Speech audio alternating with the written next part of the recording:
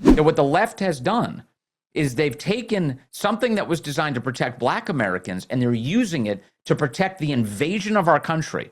If you are a Black American within the sound of my voice, if you know a Black American who should hear about this, the reality is Black Americans everywhere, if they're not already awake to this, need to wake up to this. The left is screwing you over and they're claiming that they're doing it for you.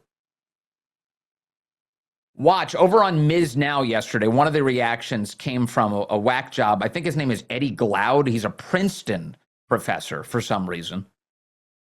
And he said that the point of yesterday's decision was to make America a white republic, meaning the point of the dissent, not the majority opinion. He said the point of the dissent. So think through what you're about to hear.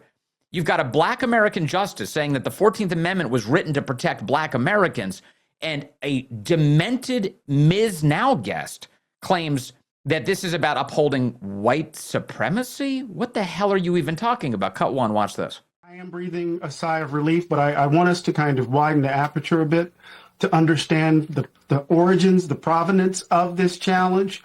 It's part of this ongoing effort, I think, to address the demographic shifts in the country. I think it's part of this long-standing effort since the 14th Amendment was ratified to undermine it. We need to understand that this particular, the Birthright Citizenship Clause of the 14th Amendment is addressing the 1857 Dred Scott case. Charles alluded to this earlier. So we need to understand the ways in which these arguments are in some ways aligning with a particular vision of the country that we need to make explicit. That is to say that there are folks who are doubling down on the idea that this country must be a white republic, and they're doing it by any means necessary. They're trying to achieve that end by any means necessary. But through a narrow decision, the Constitution this is idiocy. All right, enough of this idiot. So Clarence Thomas says it was written to protect Black Americans.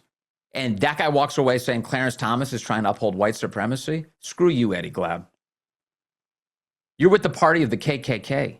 You're with the party of standing in schoolhouse doors, blocking Black Americans from getting in. You're with the party of cross burnings. The Southern Poverty Law Center is paying for freaking cross burnings.